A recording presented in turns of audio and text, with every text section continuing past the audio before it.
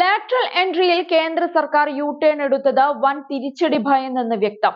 പ്രതിപക്ഷത്തിന്റെ പ്രതിഷേധത്തിനു പുറമെ സഖ്യകക്ഷികളിൽ നിന്ന് എതിർപ്പ് നേരിട്ടതോടെയാണ് 45 തസ്തികകളിലേക്ക് അപേക്ഷ ക്ഷണിച്ചുകൊണ്ടുള്ള പരസ്യം റദ്ദാക്കണമെന്നാവശ്യപ്പെട്ട് കേന്ദ്ര പേഴ്സണൽ ട്രെയിനിംഗ് വകുപ്പ് മന്ത്രി ജിതേന്ദ്ര സിംഗ് UPSCക്ക് കത്തെഴുതിയത്.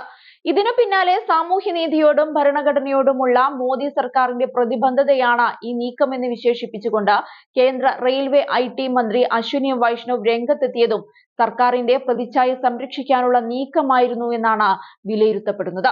ലാറ്ററൽ എൻട്രിയിൽ തുടക്കം മുതലേ പ്രതിപക്ഷ കക്ഷികൾ സർക്കാരിനെതിരെ രംഗത്തെത്തിയിരുന്നു. എന്നാൽ രാജസ്ഥാനിൽ നിന്നുള്ള ദളിത് നേതാവും കേന്ദ്രമന്ത്രിയുമായ അർജുൻ റാം മേഘ്വാളിനെ മുന്നിൽ നിർത്തിയായിരുന്നു കേന്ദ്രം പ്രതിരോധം തീർക്കാൻ ശ്രമിച്ചത്. മൻമോഹൻ സിംഗിന്റെ നേതൃത്വത്തിലുണ്ടായിരുന്ന UPA സർക്കാർ ലാറ്ററൽ എൻട്രി വഴി നിയമനം നടത്തിയിരുന്നു എന്നായിരുന്നു അർജുൻ റാം മേഘ്വാൾ പറഞ്ഞിരുന്നത്. എന്നാൽ ബീഹാറിലെ സഖ്യകക്ഷികളായ JDUവും LJPയും നീക്കത്തെ എതിർത്തതോടെ കേന്ദ്രം പ്രതിരോധത്തിലായി. 4 സംസ്ഥാനങ്ങളിലേക്ക് നടക്കാനിരിക്കുന്ന തിരഞ്ഞെടുപ്പും നിലവിൽ പാർലമെന്റിൽ ഒറ്റയ്ക്ക് ഭൂരിപക്ഷമില്ല എന്നതും കേന്ദ്രം വിഷയത്തിൽ ജാഗ്രതയോടെ ഇടപെടാൻ കാരണമായി. ഈ വിഷയത്തെ ചുറ്റിപ്പറ്റിയാണ് പ്രതിപക്ഷം ലോക്സഭാ തിരഞ്ഞെടുപ്പിൽ വിജയകരമായ പ്രചരണം നടത്തിയത്.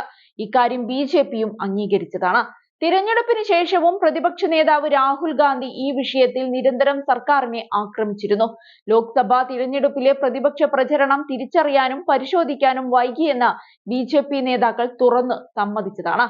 UPയിൽ BJP 33 സീറ്റുകളായി ചുരുങ്ങിയതിന് ഈ പ്രചരണം വലിയ തോതിൽ കാരണമാണെന്ന് സഖ്യകക്ഷി നേതാവും കേന്ദ്രമന്ത്രിയുമായ അനുപ്രിയ പട്ടേൽ പറഞ്ഞിരുന്നു. ഉന്നത ജാതിക്കാരുടെ ഒരു ഉത്തരേന്ത്യൻ പാർട്ടി എന്ന പ്രതിച്ഛായ കളയാൻ ശ്രമിക്കുന്ന BJPക്ക് തങ്ങളുടെ SC, ST, OBC വോട്ട് ബാങ്കിൽ കൂടുതൽ വിള്ളലുണ്ടാകുന്നതായിരിക്കും ഈ നീക്കമെന്നും BJP ഭയപ്പെടുന്നുണ്ട്. സംവരണത്തിനായി SC, ST-കാരെ ഉപവിഭാഗമാക്കാൻ സംസ്ഥാന സർക്കാരുകൾക്ക് അധികാരമുണ്ടെന്ന സുപ്രീം കോടതി വിധിയോട് ജാഗ്രതയോടെയാണ് BJP പ്രതികരിച്ചിരുന്നത്.